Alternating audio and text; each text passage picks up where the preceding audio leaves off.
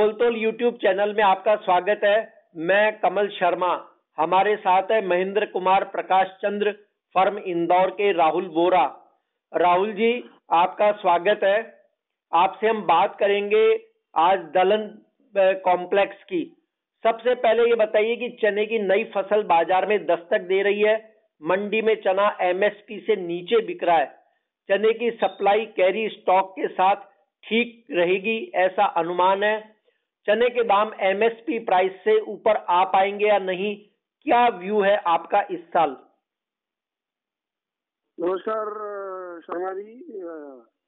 चने के बारे में आपने सवाल किया। चने की स्थिति इस साल फसल की जो सोइंग थी, जो बोनी थी, वो as compared to last year थोड़ी सी कम हुई थी, क्योंकि कुछ इलाकों में पानी की कमी थी। स्पेसिफिकली विदर्भ, मराठवाड़ा, तेलंगाना, आंध्र प्रदेश वाला जो इलाका है जहाँ पे काफी चना होता था, इस बार वहाँ पे चने की बोनी ही कम हो पाई। बट एक सेकंड फैक्टर जो ये है कि गवर्नमेंट के पास मोटा मोटी 27 लाख टन चना जो गवर्नमेंट ने पिछले साल एमएसपी से प्रोक्योर किया था, 27 लाख टन चना पिछले साल प्रोक्योर किया था। एज ऑफ नाउ भी आज की तारीख में सरकार के पास मोटा मोटी 20 लाख टन चना जो है वो आज भी स्टॉक में है, 19 से 20 लाख टन। 20 लाख टन चना ये स्टॉक है, प्लस नई क्रॉप आ ही रही है बाजार में। दूसरा, पिछले 2-3 दिनों से 4 दिनों से बाजार में ये रूमर चल रही है कि गवर्नमेंट मटर का इंपोर्ट खोल देगी, क्योंकि 31 मार्च उसकी आखिरी तारीख है, तो 1 अप्रैल से वो स्वतः खोली जाएगा मटर का इंपोर्ट। इसके अलावा चेन्नई पोर्ट पर कुछ मटर के वेसल्स लगे हुए थे, वो तकरीबन 1.25 लाख टन के आसपास के मटर के वेसल्स लगे थे, जिनको डीजीएफटी ने परमिशन नहीं दी थी। बट अभी मद्रास हाई कोर्ट के फैसले के बाद मटर की वेसल्स को भी परमिशन मिलेगी और वो माल भी आएगा। ओवरऑल जो सिनेरियो बनता है चने के आउटलुक को लेकर, उसमें ऐसा लगता है कि बाजार एक रेंज बाउंड में ही चलेगा। समर्थन मूल्य से ऊपर जाने की हाल फिलहाल में कोई स्थिति नजर नहीं आती है। एक ही आउटकम दिखता है थोड़ा सा लोगों को कि जब सरकारी खरीद चने की चालू होगी जी, उस वक्त सरकार बाजार में चना बेचना बंद कर देगी। तो जब चना बेचना बंद कर देगी और खरीदी करेगी एमएसपी के ऊपर, चूंकि चुनावी वर्ष है तो सबको ये पूरी उम्मीद है कि चना उस वक्त जो है सरकार खरीद लेगी और उस वक्त नेफेड की सेलिंग भी जो आज चल रही है वो बंद हो जाएगी। उस परिस्थिति में टेम्पररी फेज के लिए बाजार में तेजी आ सकती है। बट अगर आप ओवरऑल आउटलुक देखें तो चने में इस वर्ष भी बहुत लंबा तेजी का ध्यान नहीं है। यही हालत लगभग तुअर की है।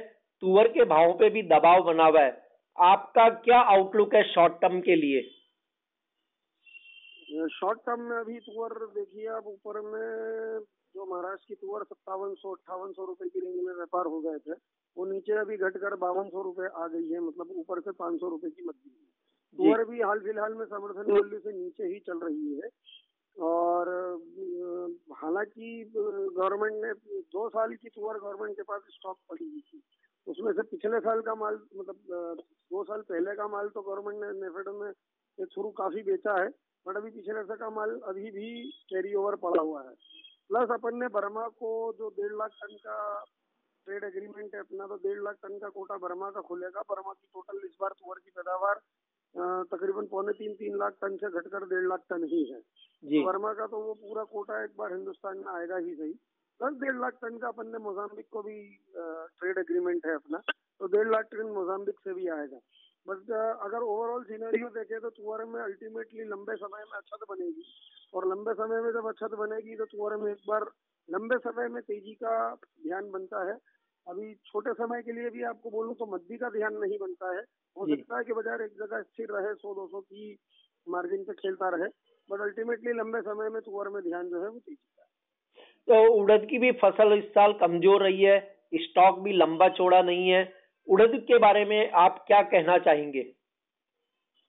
उड़द में जो आपने बताया शर्मा जी, ये सारी चीजें बिल्कुल बराबर है, बट एक ही बड़ा फैक्टर काम किया है, वही जो मद्रास हाई कोर्ट वाला था, कि काफी सारा उड़द जो है वो मद्रास हाई कोर्ट के फैसले के बाद से हिंदुस्तान आया है।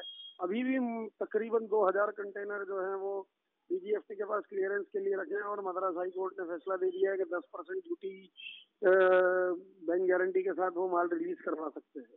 तो इसी वजह से उड़द के भाव में प्रेशर दिखता है, और वो उड़द जो है जब ये 2000 कंटेनर और बाजार में आएगा तो ओवरऑल स्थिति में ऐसा लगता नहीं है कि उड़द में आने वाले 15-20 दिन, महीने भर में कोई लंबी चौड़ी तेजी का संकेत दिखते हैं। तो 1.5 लाख टन का जो उड़द का कोटा है वो उड़द पर भी लागू होता है, जो बर्मा को अपन ने दे रखा है। बर्मा की इस साल फसल का आकलन मोटा मोटी 4.5 से 5 लाख टन उड़द की उनके पास पैदावार है। वो मेजर अपन हिंदुस्तानी उसके कंज्यूमर हैं उड़द के, बर्मा के। तो उसमें से 1.5 लाख टन तो कायदे से हिंदुस्तान आएगा। बाकी जैसे भी अगर वो एक अलग विषय हो सकता है। जी, आपसे आखिरी सवाल राहुल जी कि मसूर के ट्रेडर्स को क्या करना चाहिए, क्योंकि मसूर में उम्मीदें बहुत है कारोबारियों को। मसूर पिछले 3 सालों से इतनी बुरी स्थिति में आई है कि मेरे 25-27 साल के व्यापारिक अनुभव पर मैंने कभी ऐसी स्थिति मसूर में नहीं देखी है। इस साल भी मसूर की बोनी पिछले साल के मुकाबले कम है। कैरी ओवर भी कोई विशेष नहीं है। एडवांस लाइसेंस में मसूर का इंपोर्ट किया जा रहा है और वो माल बगैर ड्यूटी भरे आ रहा है। हालांकि मसूर पर ड्यूटी 35% है।